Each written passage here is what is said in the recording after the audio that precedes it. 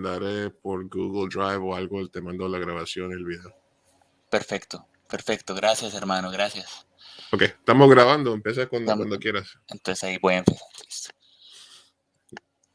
Hello, guys. Well, I'm pleased to introduce our next guest. And you cannot imagine who is here with us. I'm pleased to introduce one of the heads behind 2 a.m. Burrito. You might know him as Big Chief Burrito, or you may know him as Luis Martinez. Welcome to the Latin Jukebox, Luis. Thank you, Andres. Thank you for having me. It's a pleasure. I've been following the show. I like your passion about music, and always available to support other Latinos, Colombianos, creatives. Thank you very much. Thank you very much. And I'm pretty curious about your story because I'm pretty sure there's a immigrant story behind your story. So we're gonna have a very nice conversation about you, about your life, about what you do now, and of course, the music that is behind those passions and those things that you like. So, first of all, um, what's your whole name? Luis Martinez. Luis Martínez. Si queremos ser técnicos, Luis Gerardo Martínez Salazar. Luis Gerardo Martinez Salazar. So in Latin America, we normally, well, now it's less common nowadays, but back in time, we used to have two names and Yeah. two last names. I have two names and two last names as well. I am Andres Leonardo Velosa Franco. That's me.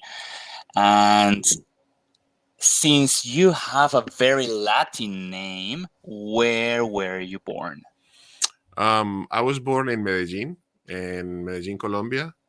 And yeah, it's been said that I can't hide porque por cara o por piel o por nombre, for by skin or by name. I can't hide the Latino. Luis Yeah. Martinez is like the John Smith of Latino names. Yeah, it's very popular. It's It's very like Luis popular. Martinez or Juan Perez. Those are the two. Juan Perez. Those are the two ones. Awesome. Yeah. And you were born in Medellin. So basically, I've been following a little bit from you, Mm-hmm. and you're, you're gonna tell us a little bit later Yeah. about this. But your parents, like they they're both, or yeah, they're both from Colombia, or how did Uruguay come into the picture? Sure. So yo soy what I like Colombo Uruguayo, Colombiano Uruguayo. And it was interesting because I never really saw myself as a musical person, but music is really the reason that I'm here, And the first music that's a reason that I'm here is el tango. Colombians love tango. Paisas, Antioqueños, people from Medellin love the tango, especially in the 70s and the 80s. There was a place in Medellin called La Casa Gardeliana. And if you know anything about the history of music and the tango, in Carlos Gardel, which is the icon of tango, died in Medellin in 1945, I believe. And he was also allegedly to have been born. There was a discrepancy whether he was French or Argentinian, or there's some documents that say he was born in Tacuarembó, Uruguay.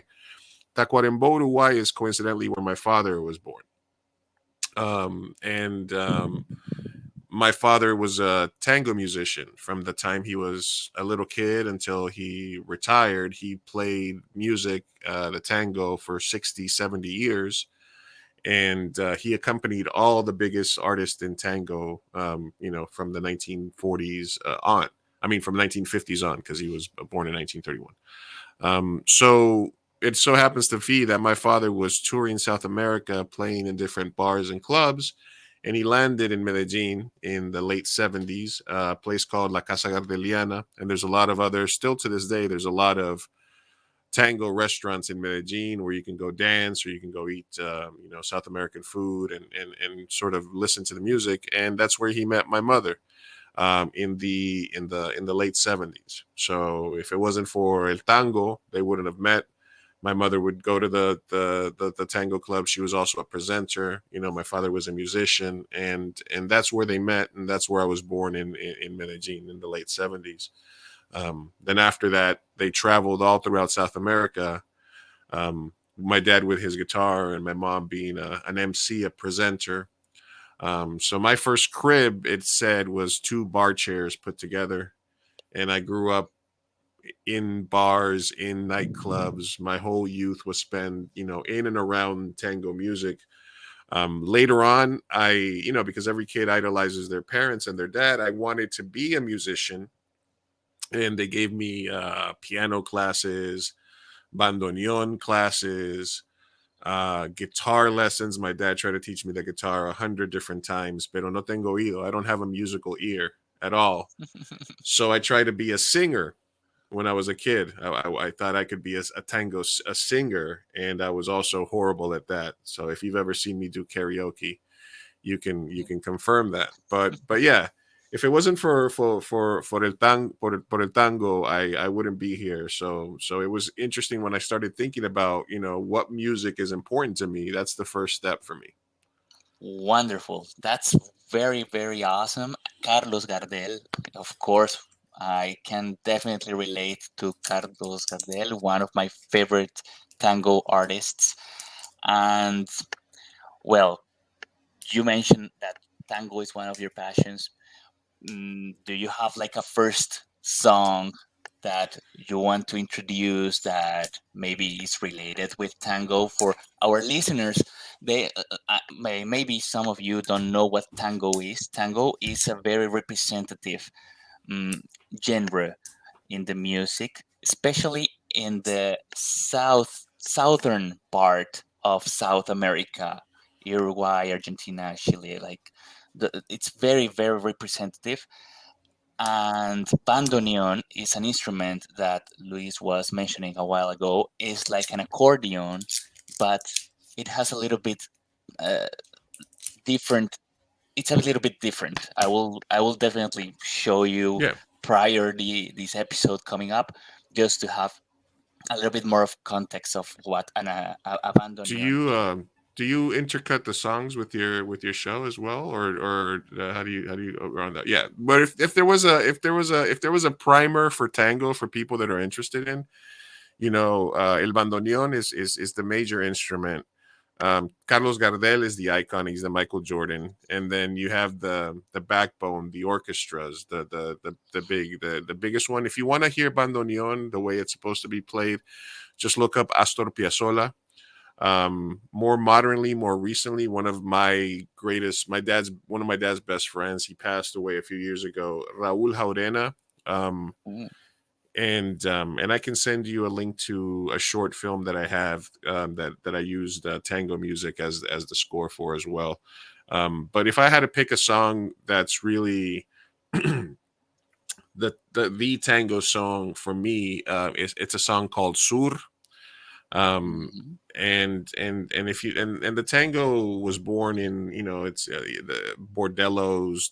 It's kind of like you might equate it to like the birth of jazz, in the 1920s in the US.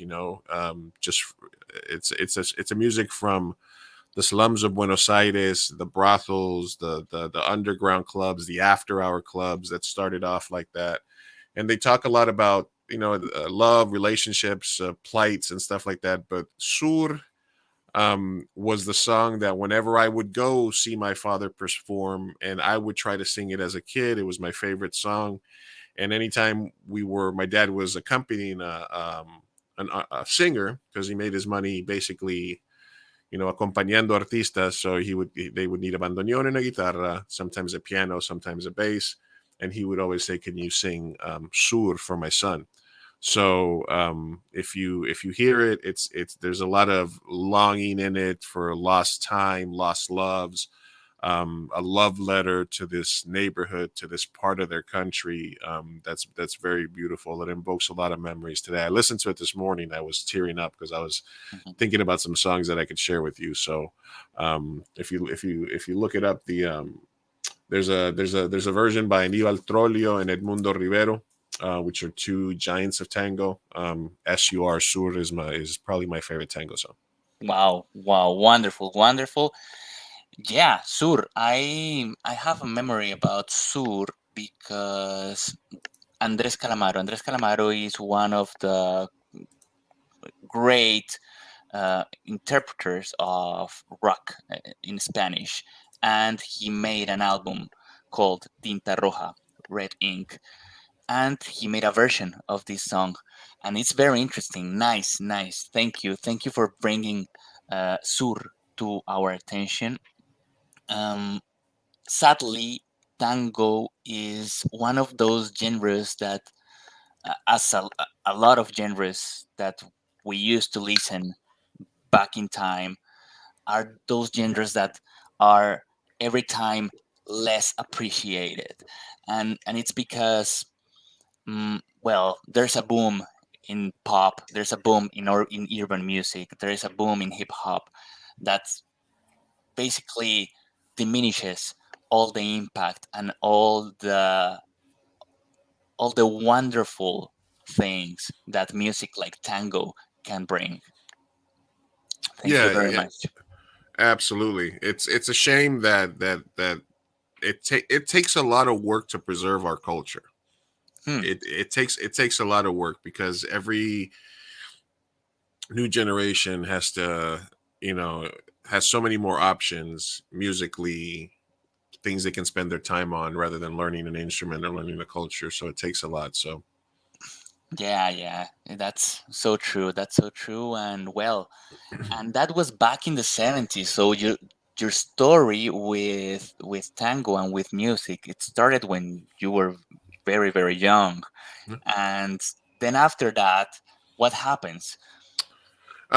so I spend my first I would say 10 years of my life traveling around South America with my parents. I lived in every country in South America. I lived in Colombia. I lived in Venezuela, in Chile, in Ecuador.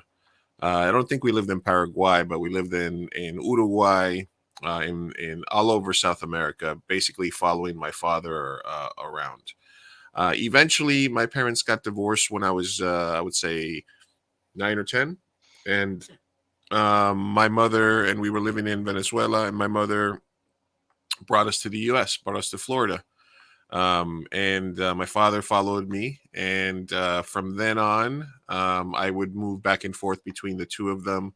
This was in the early '80s during the Reagan amnesty.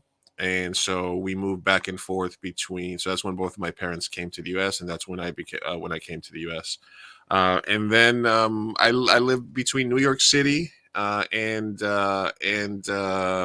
Texas, so all over the U.S. I never lived anywhere more than for a few years in a row for the entirety of like my teenage years until I got back to New York. But if we're talking about musical period, that then becomes the next important step for me is when I come back to the U.S. and I'm here for a while, and then I end up back in Colombia, back in Medellin, right? And this is the first time I'm living in Colombia since I was a baby, and it's the late '80s, early '90s, and so then what the music that was the most important to me then was heavy metal, right? But that was an interesting time because there was this satanic panic, especially in Colombia. So literally, if you listen to Iron Maiden, if you listen to Slayer in '89, '90, you were people thought very bad things about you.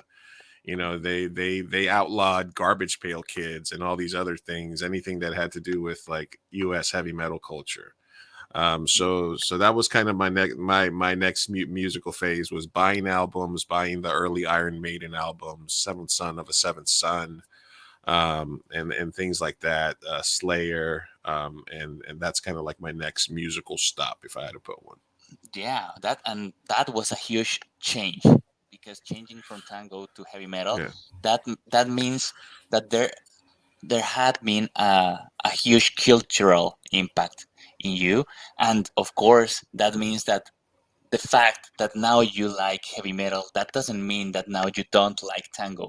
Now that means that you are making your taste to music a little bit more um, rich, yeah, right? yeah, yeah. And Because I grew up around it, and so when you grow up around something like that, even though as a kid I wanted to do it, at some point you sort of rebel from it. So when I was in the US in the 80s, there was nothing but 80s pop music and stuff like that. All of a sudden, I'm back in Colombia. I'm 12, 13, 14 years old, and I'm trying to try and find my own pace. And that's where I sort of fell in love with heavy metal and heavy rock and stuff like that.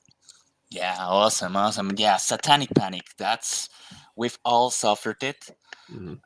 I had a lot of conferences at school where they basically said how bad was heavy metal, and how, I mean, you're basically doomed if you listen to metal or heavy metal or even rock. Hmm. Mm, that's very, very cool, very interesting. And if there is a song that could, or maybe two, I don't Hmm. know, there's a song or two that could represent you by that time, that could define you by that point of time, which songs or what song would that be? If I had to choose, and because I recently was finally able to go see Iron Maiden in concert for the first time in my life. They came to Chula Vista last year. It would have to be Iron Maiden, and it would probably be something like Aces High or Seventh Son of the Seventh Son, like I said yesterday, though, because I remember having those albums physically in my hand, and my cousin, who was another metalhead, I remember I had all the Eddie posters all across my room. And at one point, I had to start sharing a room with my little brother, and he was scared of the Eddie posters, so we had to get rid of them. And that was my life. We would go to the record store. We would go to the record store underneath my apartments, and we would sit there and look at records. And we would go to the stores, and we would buy Eddie. We'd buy our main posters and have to hide them. And you couldn't have the people see your room because then they would think you were a Satanist and stuff like that. So, and the fact that Iron Maiden is, and the fact that literally, 30 years later, I was able to go see Iron Maiden live now in my 40s, for the first time, because they would I think they only came to Colombia a couple of times when I was there. So I think that's a very important pivotal time for me musically there. Yeah, yeah, it's wonderful. And Eddie, like, I was talking to my friends from Phantom Jukebox once, and I was telling them how important Iron Maiden was for the heavy metal, for the rock scene, because not only because of the music, but also because of the creativity, and the that icon that they created with Eddie. mm, it was all over the place, and it created an impact. You wanted to listen Iron Maiden just because you saw the cover of their Yeah, of their CDs. And Lost that, in Time, all those covers, just yeah. yeah, a number of EPs, like like there were a lot of them. And I feel that's one of the most important um, trademarks of Iron Maiden, and in music in general. So that's very cool, very, very interesting. And by that point of time, you were like 20, 20. No, no, no. No, I was, this was in Colombia and Medellin in the, like I said, this is around 89, 90. So I was like 13, 14 years old. I Oh, was, I okay, was, even yeah, I younger. was, yeah. Yeah. So yeah, I was born in Medellin. We traveled all my youth. Eventually we were in the US and stuff for a little while. And then I ended up back in Colombia. So I was there for a while, South America. And then another pivotal point, if we're moving, if we're jumping ahead, is after being in Colombia, I came back to New York, and that's really the first time that I was somewhere for a long amount of time, because I did most of the end of middle school and all of high school. I was in New York City, and I was in New York City. I was back in New York City in Queens in 1992. So I was literally there, and I got to Medellin, and I got to New York City after being a metalhead in Colombia for the last 3 years, and I had tight jeans, big metal t-shirts, long hair, and everybody at that every Latino, every person of color in Queens was into hip hop. It was literally the birth of hip hop. There was only a very, very small niche heavy metal group, the CBGBs, and they were nowhere for me to see them, right? So at just for because of peer pressure, and because I was there literally at the birth of hip hop, that's when I became that's when I jumped 2 feet in directly in hip hop. Nas, Biggie, Tupac, Tribe Called Quest, the Beastie Boys, all of that, the early Method Man, Redman, everything, Wu Tang Clan. So that's when I still love metal the entire time afterwards, but my primary love shifted.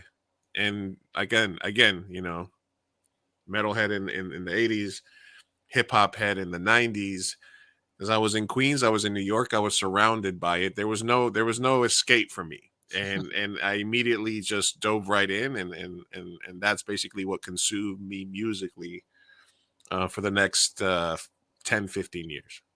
Wow, another huge jump, because now you're jumping from heavy metal to hip hop. That is another jump. And it's very interesting because, yes, by that point of time, the impact of artists like Tupac, it was undeniable.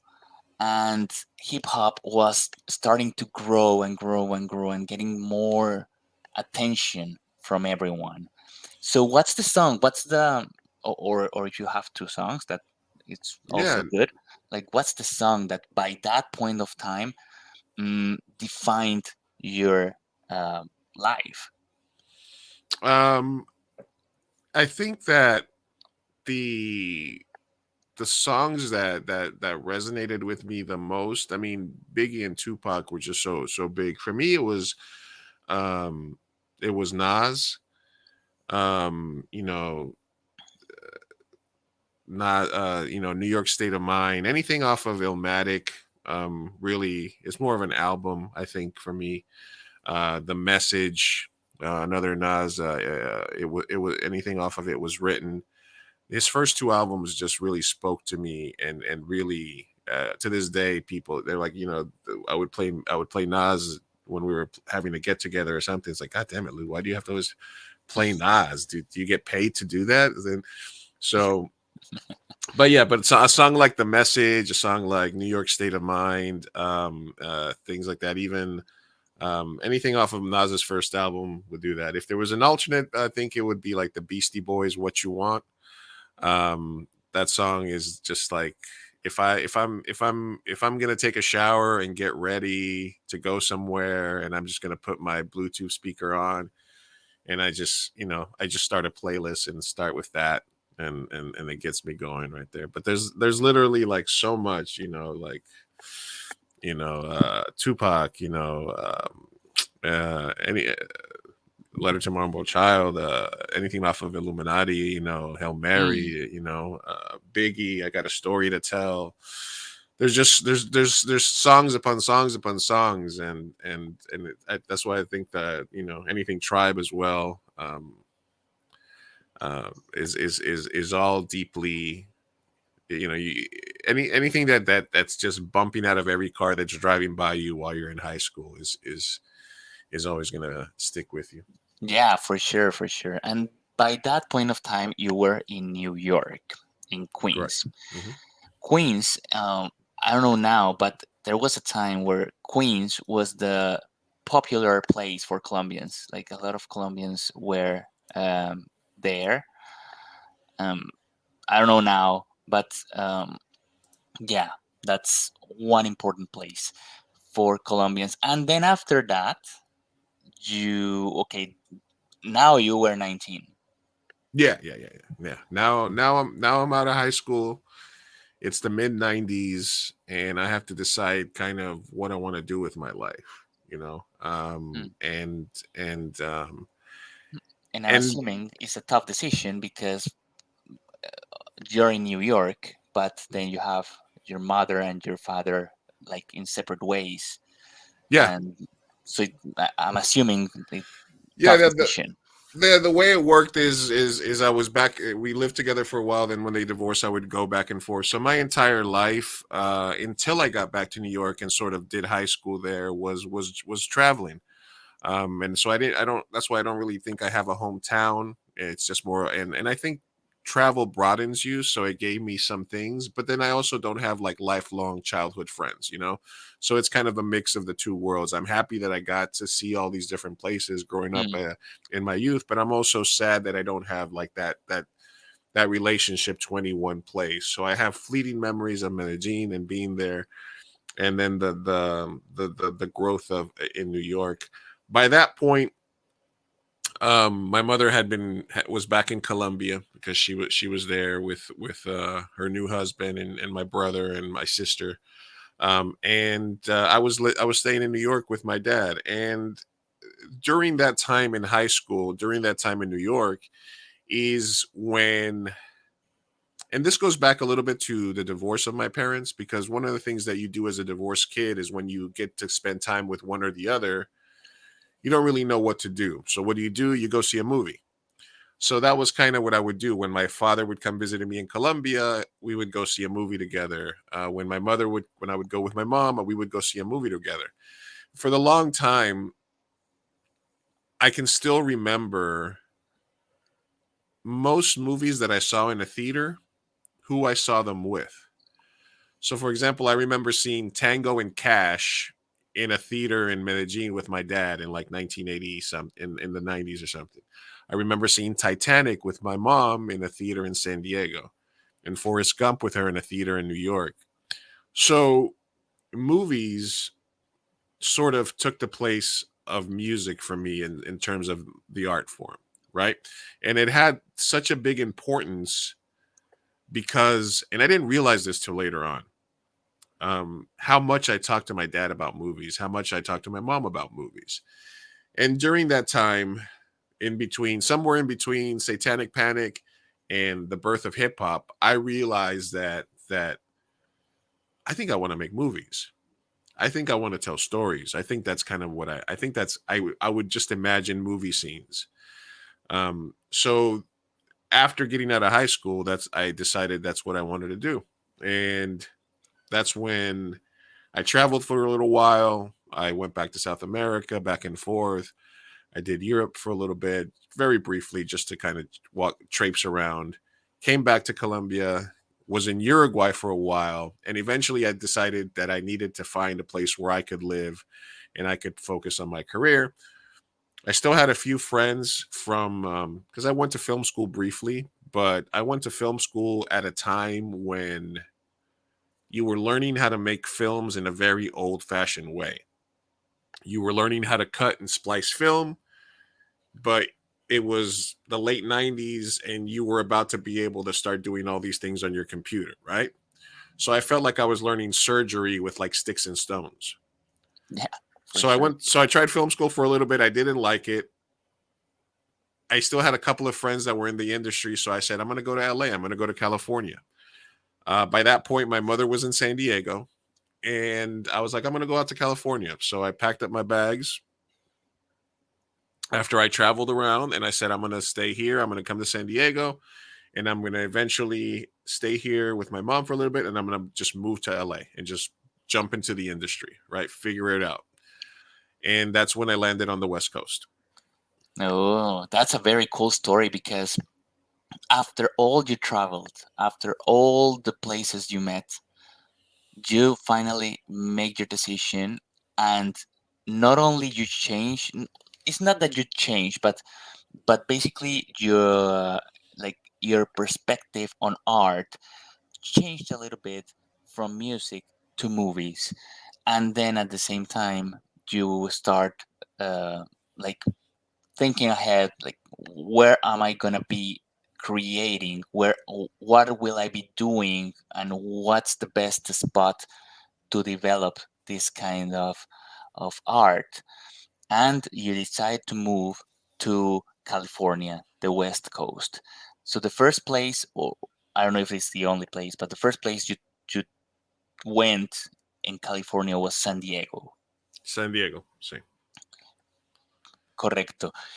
And music, like, everything, when you got there, when you started, what was around, what was happening around art, around movies, around music, like, what was resonating with you by that point of time? You know what was resonant what was playing on the radio in San Diego when I first got here was La Macarena.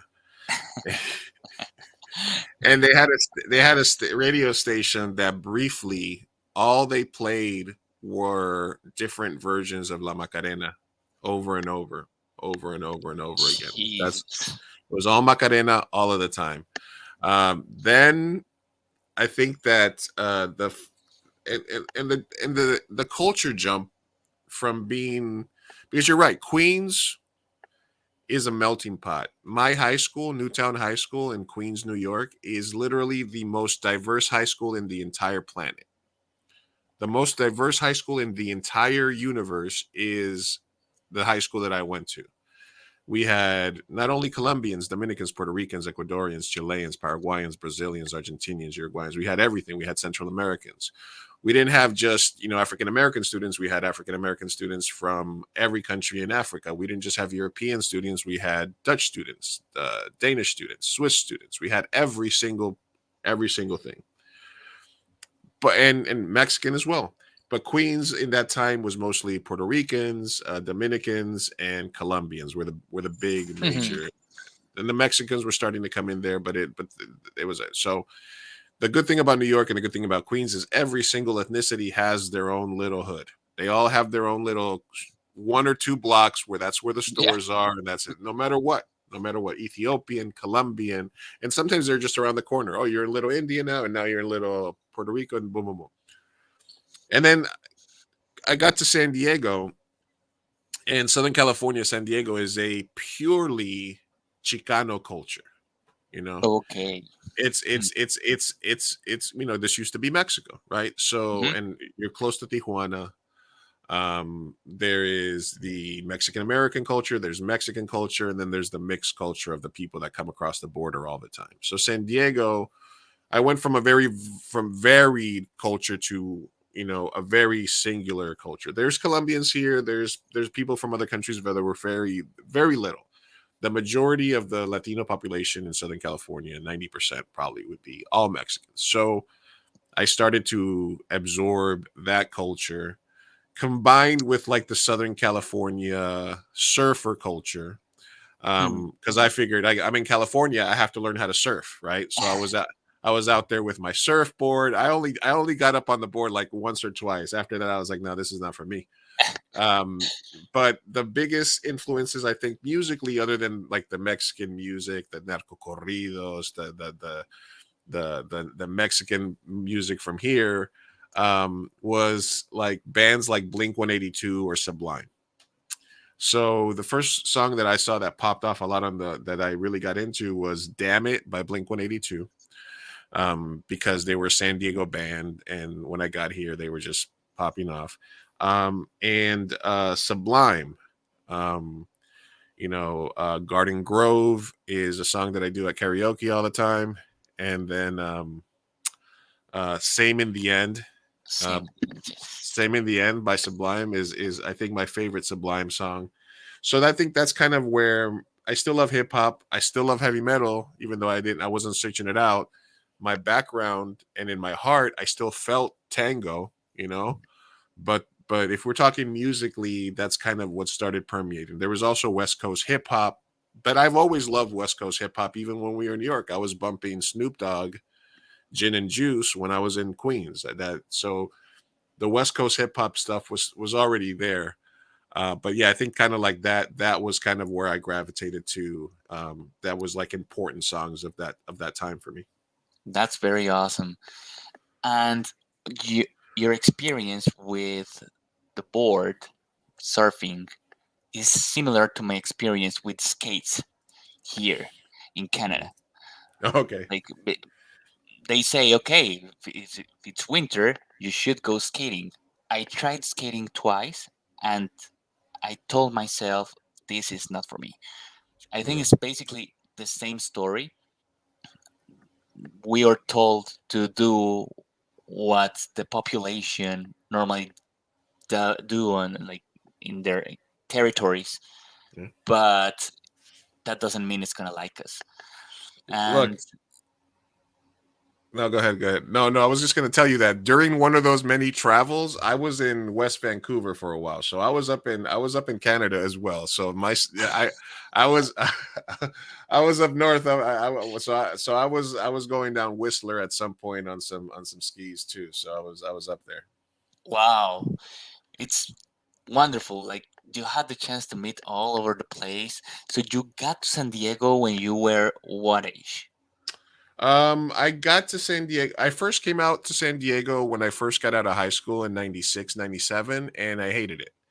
I didn't like it. I didn't have any friends and I wasn't really part of the scene. So I left. That's when I went to travel for a while. That's when I went to Canada, South America again. I was basically just traipsing around. I would go somewhere. I would teach English. Um, and when I was traveling and make a little money and then move on and then stuff like that. And then when I came back, it was 2001. I left New York right before 9/11. And I was in San Diego working while that was happening. So I guess, yeah, it would be 2000, 2001 when I came back. 2001. Yeah, Mhm. yeah, that 2001. So I was what I Something. was, yeah, I was 30, I was in 33, 30, 32, 33. Wow. And then you just decided to stay there. Here, let me show you this real quick, just so you can see. Yeah. This is me when I first came Oh out. my God. That's Oh, oh, oh, oh. that's For me. That's me with my surfboard and when I first came out here, as I'm showing you a picture. That's wonderful. For my dear listeners, follow Luis at Big Chief Burrito. He has an Instagram account, of course, and of course his Twitter account. He will tell us a little bit more about his social media. But I'm just taking a look at a picture where he's handing a surfing board, and of course that was around, I don't know, 15 years ago. No, that was when I first came out here. So that's got to be at least 20, yeah, almost 30 years ago now. Yeah, well, Yes, yeah, time flies. I'm 45. Estoy viejo. Estoy viejo. Estoy viejo. Hermano, hermano. Yeah, well, that's a wonderful story. And there you start what we call now the 2 a.m. burrito, which, by the way, I need to say that I really love the the logo, and not only the logo, but that always on time, never on schedule. That's something that resonates a lot on me, on my Yeah, life. yeah. So I'm out here and I get a job, and then what happens is that I discover burritos. And I mean, going from Uruguay con el asado, and Colombia con la bandeja paisa, and then New York with like ethnic foods and pizza. I never really ate Mexican food in New York or anywhere else. So when I get to San Diego, it's all about the burritos and the California weed. So those are the two things that, and the fact that it's 70 all year round, the women and everything. And I just was like, you know what? I kind of like San Diego. I got a job and I started working here. And for a while, We didn't do anything. I just worked and lived in San Diego, and I had a job that I was really good at. Um, that that I got a job at a call center, and then I became a manager and a trainer. And it turns out that I'm really, really good at sales and customer service and stuff like that. I have zero passion for it, But but you have the talent. I'm top 1%, top 5%. I can sell ice to the Eskimos. I can sell salt to the slugs, everything.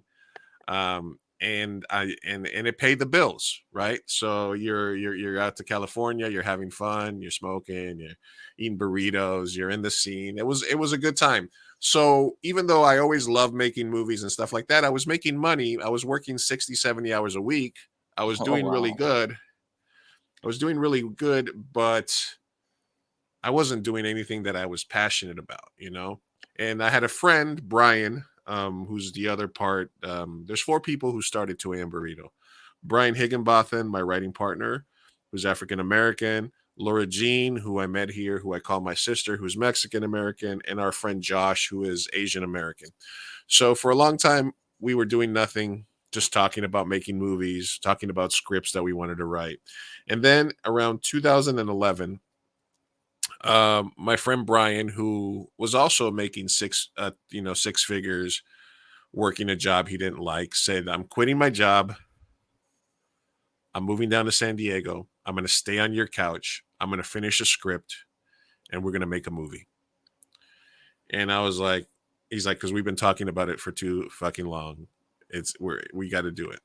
So I said, all right, if you do it, we're doing it. So he came down here. He wrote a script.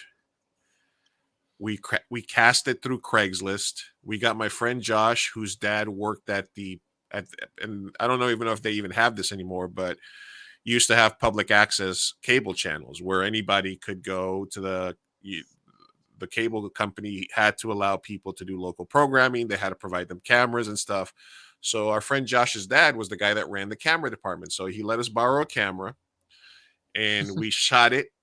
We made it. I edited it. I had to reteach myself everything, and we made the movie. And we decided, what are we going to call the company?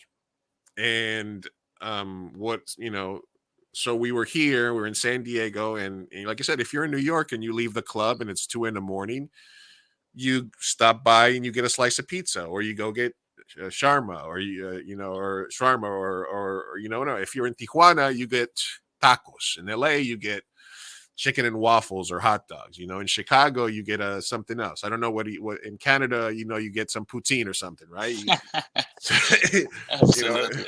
right? So in San Diego at 2 a.m, when you're drunk, or when you're leaving the casino, or when you're leaving the bar, or you stop, or you're hanging out with your friends, you get a burrito.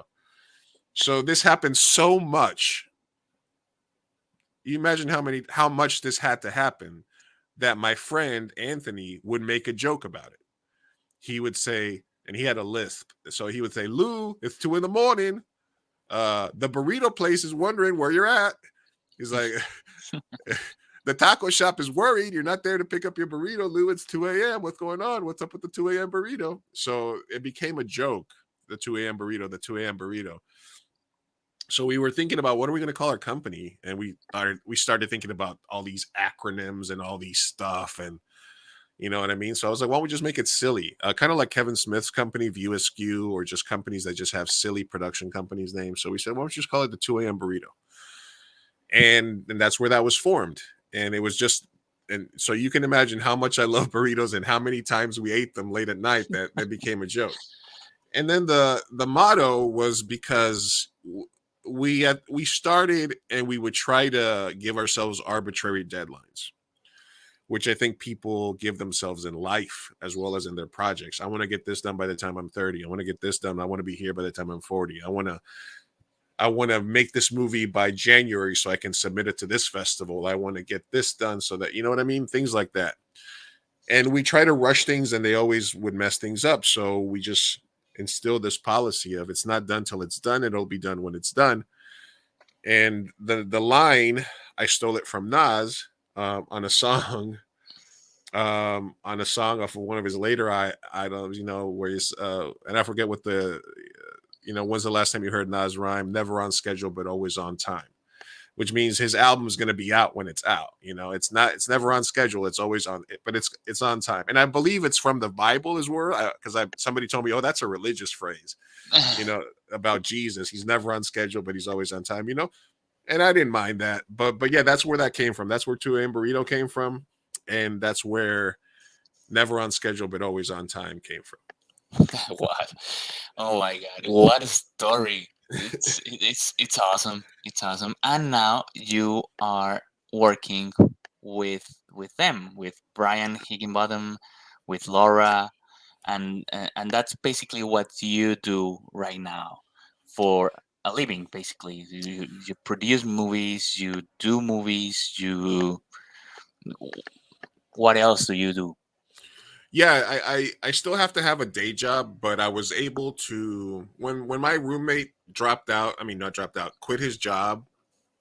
I realized that unless I changed my priorities, I was never going to be able to follow what I was passionate about. So I quit my job, where I was working 70 hours a week and I was making a good amount of money. And I started working for another company as a consultant, where I went from working 70 plus hours a week to 25, 30 hours a week. I Mm. basically cut down my living to only what I needed to survive, which was a hit, Mhm. but I was able to spend half my day being creative. Instead of being tired and not having time to write, not having time to talk to people, not having time to collaborate, I would work and I would still have time to do what I was creative. So we started making movies in 2011. We made 2 or 3 black and white movies that and by ourselves. Excuse me. Oh, good. Excuse me. And then in 2014, um, I connected with an actor named C.G. Thomas, and he brought a different element to us because he just had all this energy and this passion, and he wanted to make this movie.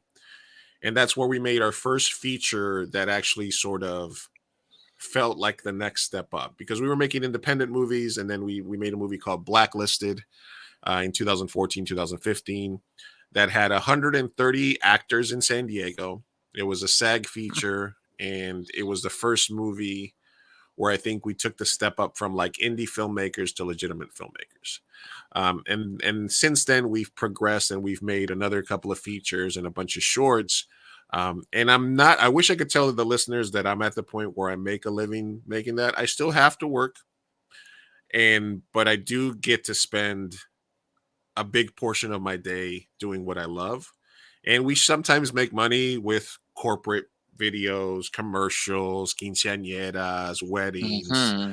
stuff like that you do, editing and doing odd jobs like that I still do. And it's better than a regular job, but I've grown accustomed to not having as much as I used to. I try to take care of stuff more, and like I said, I'd rather be poor and surviving, but still able to be pursuing what I love. Hmm. That's a wonderful lesson for all our listeners. Um, Guys, really, we only live once. Do what you love. Do what you're passionate about. Stop wasting your time doing things that bore you or doing things that you don't like, doing things that you don't love. Go follow your dreams because you only live once and life goes fast. So that's a very good lesson. Very, very interesting. And I do have a musical connection to that if you want to hear Of course. Of it. course. Okay. So I would say probably let me double check to see when this album came out. Hold on, because I wanna um okay, so yeah, so after being in San Diego and doing that, and when we started making movies, a friend of mine, a roommate of mine, we were talking about music one day, and he's like, "You need to hear something." And I was like, "What is this?" And he's like, "This is somebody that you're a fan of, but you don't even know." And so I was like, okay, because at that point, after the 90s and after hip hop in New York and after getting to San Diego and kind of seeing, Blink and Sublime and Red Hot Chili Peppers, one of my other favorite songs is Souls to Squeeze by Red Hot Chili Hmm. Peppers. I think it's my favorite Red Hot Chili Pepper song of all time. I love that song so much. Um, but he's like, you got to listen to this. And I had sort of been stuck in hip hop from the 90s from 92. Like anything that came out in hip hop from like 92 to 2000 was my wheelhouse. And then I stopped caring about other music that came out, like 50 Cent and other ones came out, blah, blah, blah, blah, blah. But he put this headphones on me and he made me listen to Jay Dilla, Donuts. And that like literally changed my perspective on music and hip hop again. So the entire if you know if like I can't just and then I started learning about Jay Dilla and realizing that he had created some of the beats from artists like Tribe Called Quest, Janet Jackson, other people, and I didn't even realize that I had already been listening to him. But the Jay Dilla Donuts album introduced me to like I have the MF Doom shirt on. Um um J Lib, a lot of underground hip hop, um and then learning more about him, Jay Dilla's the fact that he made that album on his deathbed. Hmm. He had lupus. He had them bring his MPC machine and his beat making machine to his hospital, and he was making beats on his deathbed. So that entire album, I really was the next step evolutionarily in my love of music. And that was the last time that I think that something new was opened in me. And if you ever listen to the entire J Dilla Donuts album, the last song, which is called "Last Donut of the Night," is when you give it that context that he sort of, I don't know if he knew he was dying or he thought he was going to get better, but to have the artistic acumen, the artistic power to be able to create under those circumstances and write your goodbye, right? Because the song he's literally saying goodbye. The last donut of the night. It's the last song on his album. He's doing it, and that entire album, like, people joke around where they have the T-shirts that say "Jay Dilla changed my life," but like literally, it was an incredibly important album and an incredibly important song. That's amazing. Those are the stories that are life changers. They make you think differently. They make you think, okay, what am I doing? What do I want to do? Am I on the right track or do I need to switch? What do I need to do? Those questions always come to my mind, and I always try to reflect on those questions just to see if what I do on a daily basis is what drives me. And I try to be on the road because sometimes it's not easy because we have to pay the bills, right? So sometimes those things are on the way, but don't lose track of your dreams. That's very cool, very interesting, and good story. That's a good story. And that is the story of 2 a.m. Burrito. And well, I just have a question coming from my infinite ignorance. Do you guys do TV commercials? Yeah, no. We are a full service production company. One of the good things about being in Southern California and San Diego is that it's not LA. So even though there's tons of actors and production people here, it's not as crowded and stuff like that. So yeah, I have a roster of hundreds of actors. I have we have production studios that we have agreements with. We have our own studio where we can shoot stuff in, and I'm a writer, director, editor. So yeah, we can do it all. So if anybody needs something in the Southern California area, they can find me by looking for Big Chief Burrito, or you can actually go to 2amburrito.com, and you can see all our films and some of our work there as well. And yeah, I'll do anything. I mean, I'll do anything for money. Well, almost anything. Anything film related that needs to be filmed, I can do it, or I can build people, or what I do a lot of the times is I can put teams together for people. Even if it's not something I can do, I can put teams together for all kinds of projects for people. That's wonderful. And actually, that was my next question. Like, where can people find you? And well, you're well known in social media, but if you want to share something else about the social media that you guys have, that would be fantastic.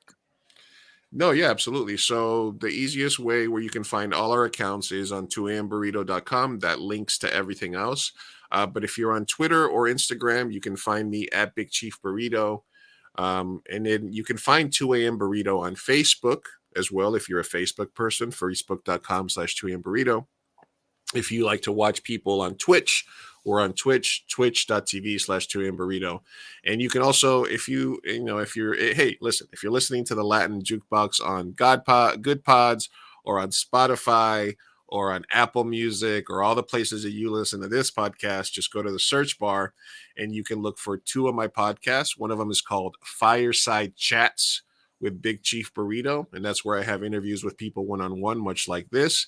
And then we also have another podcast called Mi Gente Show. Mi Gente Show, where it's reacting to news and culture from a Latinx perspective, also called Two Latinos and a Microphone, where myself and my co-host Sofia Carrillo talk about news and culture, and also spotlight one Latino creative each week. So we're gonna have you on at some point, I would assume. Of course, I would love So to. I would love reci- to. reciprocate the invitation. But yeah, those are the main places where you can find us and support us. That's wonderful. That's awesome. And well, now that we know a little bit of the story, and now that we know like the context of everything that you have built, that everything that you have come up with, what is next? What's coming up? What do you have in the oven? The pandemic, obviously, as it sort of put a halt on my production schedule, I was able to do a few things that really helped me out, which was create a podcast so I could stay creative and start creating content. And I was able to edit some movies that had gotten stuck in post production. So I did get something done, but I didn't really feel comfortable filming anything during it. So now that it's sort of things are getting a little bit back to normal, we will be starting production of our next feature film. So if you keep up with us, you will be able. I will be updating people as it goes along. We'll have opportunities for people to invest and to support the movie. We'll do a Kickstarter or something like that, and yeah, I'm starting to get the. And also, I was taking care of my father, who I spoke about, who passed away 6 months ago. But I was also taking care of him because he was 91 when he passed. So I had to sort of balance work with for I had to stop work. I had to start working from home because I was taking care of him.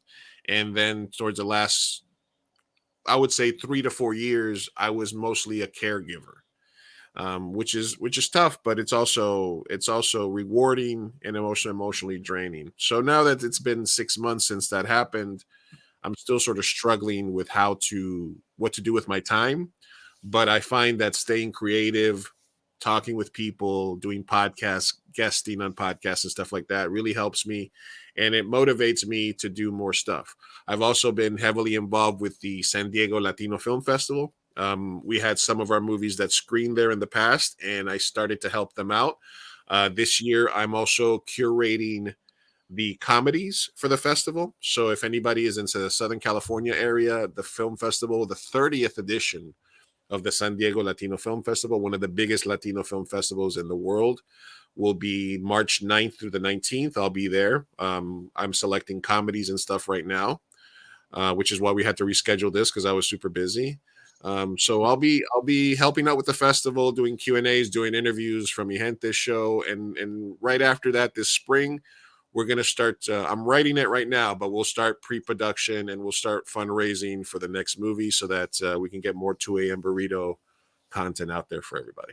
Wonderful. Wow, a lot of things going on, a lot Yeah. of things coming up, and that's awesome. That's very good. How do you balance your time? Because it looks like you have a lot on your plate, and then after that, you have all the social media, Twitch, YouTube, all the social media. How do you balance your time? I know, and I'm supposed to be doing TikTok, but I don't have the time for it. I it's it, it's it's difficult.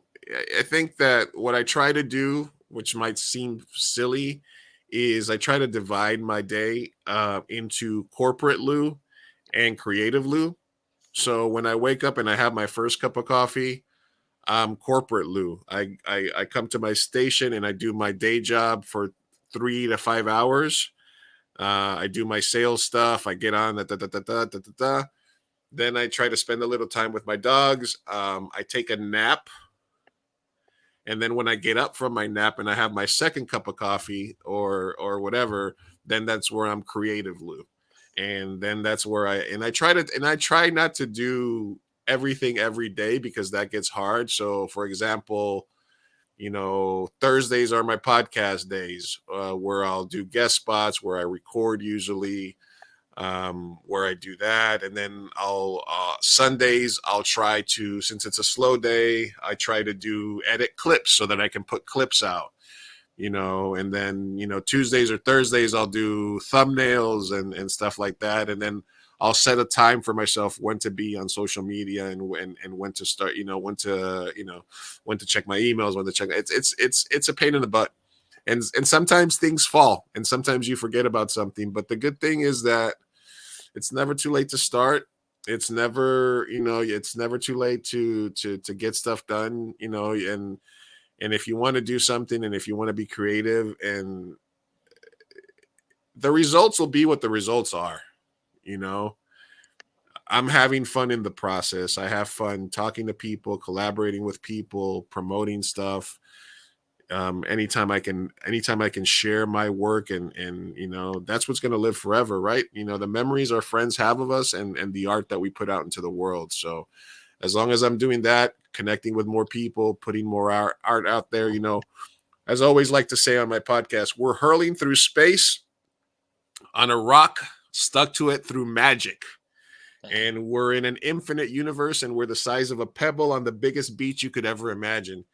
So, love each other, make some art, have some fun, try to do something nice in the world, and don't worry too much about it.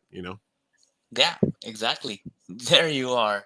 There you are. Great, great pieces of advice. And now, just to wrap it up, I wanted to ask you five very quick questions. Okay, I'm pretty sure I know some answers, but okay. Um, I'm gonna just throw them out. go ahead. So, in terms of weather, hot or cold? Ooh. Okay. Having lived through blizzards and opening up my door in New York and 10 feet of snow, I'm going to say hot. That's that would be my answer as well. Contradictorily, I'm living in Canada, but well, that's another story. Sure. Uh, Coffee, black or with cream or milk? Uh, Light and sweet. I'm right now, since I can't have sugar anymore. I do heavy whipping cream, for stevia, and a little cinnamon. Cinnamon. Wow, that's a wonderful recipe. Mhm. Movies, favorite genre? Anything that has comedy added to it. So Okay. like horror comedy, action Mhm. comedy, Yeah, like Tango and Cash, for example. Tango and Cash. Yeah. That's a good one. Yeah. Music, would you already run us through some of your favorite artists? But if you would to pick, wh- who would be your favorite artist? If I had to pick who my favorite artist is, I would have to say probably Nas. Nas. Yeah, we talk about Nas a little bit during the episode, and that's so good. And well, I think I know this one, but in terms of food, tacos or burritos? Burritos all Of day. course, 100%, hundred Sorry. percent. And there was one last question that came to my mind during the episode, Go and ahead. is you've been all over the place. You have traveled all around the world. Which is the best place that you have visited that you would recommend 100%? Like, don't miss this place. Um, I think listen, West Vancouver is very beautiful. Um, that's I had a lot of time there. I think New York City. Look, there's a reason. There's a reason that I lived in Medellin, in Montevideo, in Vancouver, in New York, in Texas, um, and I live where I live. San Diego is one of the most beautiful cities in the world. The temperature is 72 degrees year round. There's 5 hot days, 15 cold days, and 5 rainy days, and the rest of the year it's the same. It's the exact same. I have one heavy jacket and I use it 1 week a year. And the rest of the time, I'm either in sweatpants and flats or basketball shorts. You can have a hoodie and that's it. The beaches are beautiful. You can be in the mountains and then 2 hours later be at the beach. You have Tijuana, you have LA, you have Vegas, all within 4 hours. And out of all the places that I've lived in, there's a reason that I settled here. So I'm gonna go with my hometown. If it's a U.S. place, make sure you're in San Diego at some point. If you're talking foreign places, you know, uh, you know, La Costa, Coveñas, Colombia, why not, man? Or Montevideo, Punta del Este. Those are that's why I got Uruguay and I got Colombia. There So you are. There so you so are. I can't deny my heritage, and I'll just tell you one other funny story because in Queens, there was a restaurant where my dad used to play at. That it was a Colombian restaurant, but the owner was from Uruguay, and he was married to a Colombian woman. So it was very much like my upbringing. So what they would do is for me, because in Uruguay, Argentina is la carne, the big steaks, right? Mm-hmm. But the bandeja paisa comes with like the little thin steak or the carne molida, right? So they would do a bandeja paisa, but then they would put an entraña, a skirt steak, instead of the. So it was the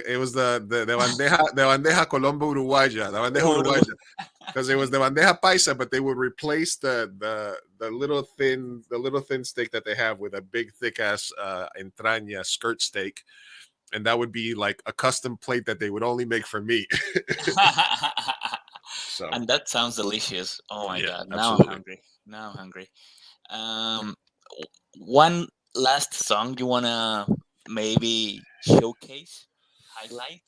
Look, I want to do this one at karaoke, so I'll bring it up because even though it didn't really it didn't really stick with me as much, I have a lot of love for rock en español. So two songs, Mi Agüita Amarilla, which Hmm. which I love. I remember singing that a lot when I was a kid. Or what was the other one? Pilar no tiene bicicleta. That was or Devuélveme a mi chica. Hombre, Uh, sí. Hombre, I'm sí. gonna say so. I think I want to do that when I karaoke next time. I try to pick what I do depending on the crowd. So next time there's like a Latino crowd, I'm gonna do the Vuelveme mi chica. So those are kind of like my favorite rock en español songs. Wonderful, wonderful. Well, as you could have listened, dear listeners, this was a whole journey of genres. There was a story of life. There is an example here of how life needs to be taken. Like, life is a serious thing, but you shouldn't take it as seriously as it comes. Go with the flow, go with your dreams, and just fight for what you want. I appreciate having Luis here with us, and I'm glad that we made the time to have you here, and looking forward to to meeting you in the future, to coming up to your show, and to just keeping this very good connection. Yeah, absolutely. And I want to thank you for inviting me. Like I said, it made me sit down and really evaluate how important music is in my life. I'm somebody that normally has movies in the background when I'm working. I watch a lot of stuff. I watch movies over and over, and I love music. But over the last few years, I don't think I don't I've never thought that it was as important to me as it is to other people, in terms of always being on. But recently, after listening to some of your stuff, and also being part of it, I've started to. It gave me a reason to sit down and evaluate just how important music has been in my life. So I really am thankful for the experience and for the questions that you asked, and for having the ability to put me in that headspace where I started to think about music in that way. So I appreciate you as well, and I think you're doing a great thing by talking about people's journeys, and then having those songs in between that are so important to them. Thank you very much, Liz. I appreciate it. I just enjoyed a lot the ride, this journey. This was a very wonderful conversation. I learned a lot from you, and you have all my admiration, man. Thank No, you lo very mismo. Mira. much, Un abrazo de Luis. larga distancia, hermano. Un Lo mismo. abrazo, hermano. Gracias, Okay. parcero. Cuídate mucho y bueno, ahí Okay. estamos en la jugada. Thank you very much for everything, Luis. Excellent. All right, let me end this.